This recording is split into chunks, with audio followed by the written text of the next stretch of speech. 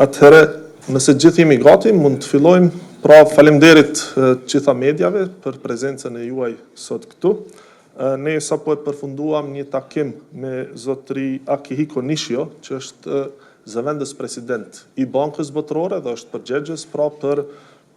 Development Finance apo për financat zhvillimore, që në këtë rast e mbikëqyr edhe Agjencinë Ndërkombëtare për Zhvillim, që është mekanizmi apo krahu i Bankës Botërore që mbështet shtetet në zhvillim me projekte zhvillimore me kushte pra të favorshme, siç është edhe rasti i Kosovës, që kemi qenë përfitues tashmë disa herë. Siç e dini, javën e kaluar kishim këtu në përmbylljen e programit edhe përfaqësues misionin e Fondit Monetar Ndërkombëtar, pra e pam dhe i shpalosëm disa të dhëna rreth progresit të Republikës Kosovës. Këtë javë, pra sot kemi pasur për musafir dhe kemi qenë të nderuar, pra që kemi musafir edhe zëvendës presidentin e Bankës Botërore, që në kapacitetin tim si ministër ishte hera parë pra që e pres në Kosovë, ndërkaq sipas tij kishte qenë edhe në kohën sa ka qenë student më herët, pra për të nuk kishte qenë hera parë. Sa i përket financimit dhe bashkëpunimit që kemi me Bankën Botërore, mund të them që është një partner krucial në zhvillimin gjithëpërfshirës të Republikës tonë, të shtetit tonë. Agjencia Ndërkombëtare për Zhvillim, që siç e thash është krahu zhvillimor i Bankës Botërore, ka qenë mbështetëse dhe Kosova tash e 15 vite është anëtare e Bankës Botërore dhe tash e 15 vite pra ka përfituar nga mbështetja e vazhdueshme nga AIDA apo Agjencia Ndërkombëtare për Zhvillim. Deri më tani, pra mund të themi që sa i përket financimit ndërkombëtar, marrëveshjeve ndërkombëtare, është mbështetësi me vëllimin më të madh që kemi pra aktualisht. Kontraktimi gjithsej kontratat deri më tani të nënshkruara dhe të ratifikuara janë 376 milion euro, ndërkaq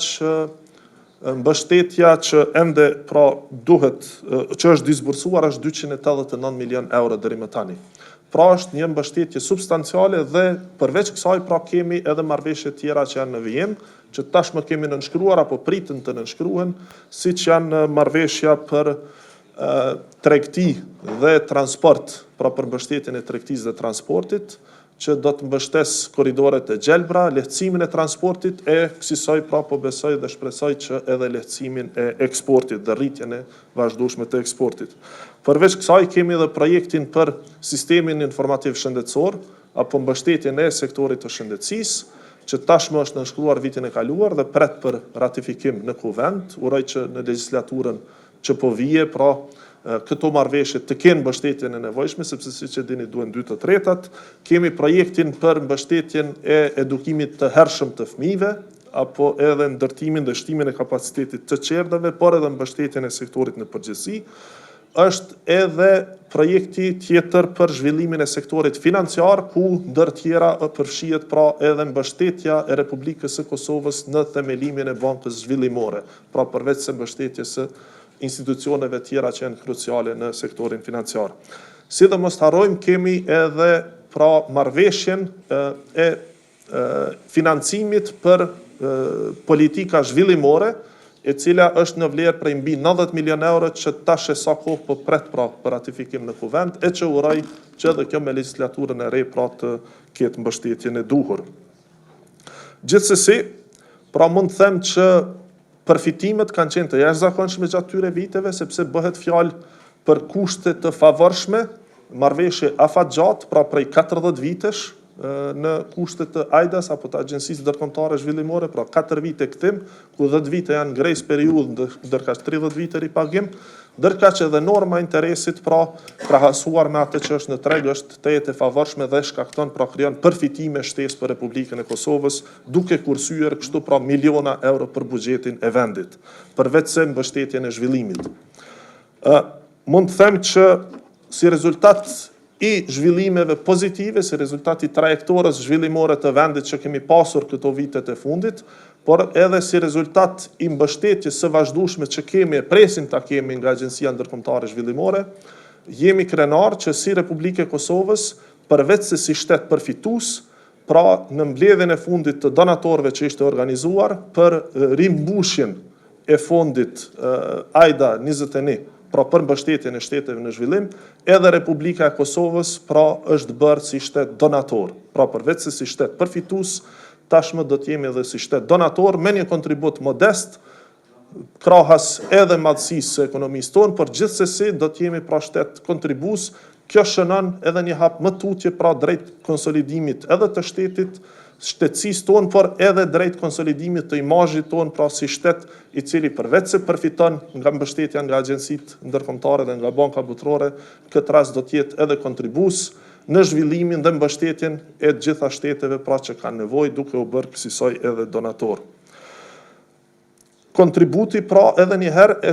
e spjegon apo e shpërfaq trajektoren pozitive të zhvillimit që kemi pasur. Duhet kësaj pra t'i falenderoj Bankën Botërore, Agjencinë Ndërkombëtare për Zhvillim, e sidomos edhe zotrin Nishjo për mbështetjen e vazhdueshme, sidomos pra në këto projektet e fundit dhe në politikat, pra mbështetjen e politikave zhvillimore dhe reformat e vendit me kushte të favorshme, pra që na kanë mundësuar të tekalojmë këto sfida dhe këto kriza me dëme, si do të thoja, sa më të vogla, pra krizat globale që kanë kapluar gjithë globin, ne kemi arritur që t'i tekalojmë me dëme sa më të vogla, përkundër kësaj pra kemi arritur të shënojmë edhe rritje të punësimit, rritje të hyrave, por edhe rritje ekonomike. Sa i përket kontributit, pra është kontribut me cikle që në këtë rast ka qenë cikli AIDA 21, pra cikli kontributeve që mblidhen nga gjitha shtetet. Kontributi total pra parashihet ose ka qenë diku rreth 30 miliardë euro, ndërkaq kontributi i Kosovës për 4 vitet e ardhshme parashihet të jetë diku $1.4 milion. Por që siç e thash, si shtet përfitues, në këtë rast ne kemi përfituar shumë e vazhdojmë përfitojmë shumë më tepër. Sidomos ta zëmë nëse marrim vetëm njërin nga marrëveshjet, pra që është marrëveshja për financimin e politikave zhvillimore, pra që po pret ratifikimin në kuvend në vlerë prej 90 milion euro, e që vetëm kostoja e interesit që është përfituar aty, pra të cilën nuk e paguajmë nëse e krahasojmë me tregun, është shumë fish më e lartë se sa kontributi ynë që po japim. Por gjithsesi, ky kontributi ynë ka për synim, pra siç e thash, të tregoj edhe përveç se trajektoren zhvillimore të vendit që kemi pasur viteve të fundit, të çoj edhe një sinjal në nivel global që Kosova megjithatë, përkundër madhësisë së ekonomisë, mund të konsiderohet partner i barabartë sikur të gjitha shtetet dhe jemi të gatshëm pra që edhe ne të bëjmë pjesën tonë sa i përket zhvillimit global. Faleminderit.